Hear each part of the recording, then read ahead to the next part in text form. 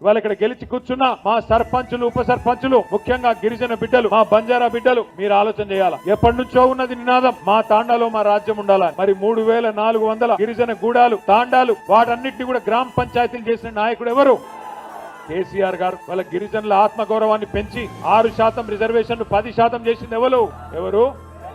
కేసీఆర్ గారు అట్లాగే తాండాలను పంచాయతీలు చేసిండు ఒక్కొక్క తాండాలో పంచాయతీ చేయడమే కాకుండా బ్రహ్మాండంగా ప్రతి పల్లెలో ఇవాళ చిన్న చిన్న తాండాలు 500 ఓట్లు 400 ఓట్లు ఉండే తాండాలలో కూడా ఇవాళ ఒక ట్యాంకర్ ఉన్నది ఒక ట్రాక్టర్ ఉన్నది ఒక డంపింగ్ యార్డ్ ఉన్నది ఒక వైకుంఠ ధామం ఉన్నది ఒక నర్సరీ ఉన్నది ప్రతి ఇంటి ముంగట ఒక నల్లా ఉన్నది ఒకనాడు మా రెడ్డి నాయక్ గారికి తెలుసు ఒకనాడు మేము కొత్తగా ఎమ్మెల్యేలు అయినప్పుడు 2009లో ఎండాకాలం వచ్చిందంటే ఊర్లలో పోవాలంటే భయం అవుతుండే ఏ ఊరికి పోయినా బిందెలడ్డం పెడుతురు ఏ ఊరికి పోయినా కుండలడ్డం పెట్టేది గడబడి ఉండేది మాకు బోర్ కావాలా మోటార్ కావాలా నీళ్లు లేవు బావి కాడికెళ్ళి తెచ్చుకోవాలి కిలోమీటర్లు నడవాలా అని చెప్పి గడబడి ఉంటుండే ఎలా పరిస్థితి ఉన్నదా తెలంగాణలో బ్రహ్మాండంగా భారతదేశంలో ఆదర్శవంతమైన గ్రామ పంచాయతీలు తయారు చేసింది ఎవరు అంటే మనకు తెలుసు కేసీఆర్ గారు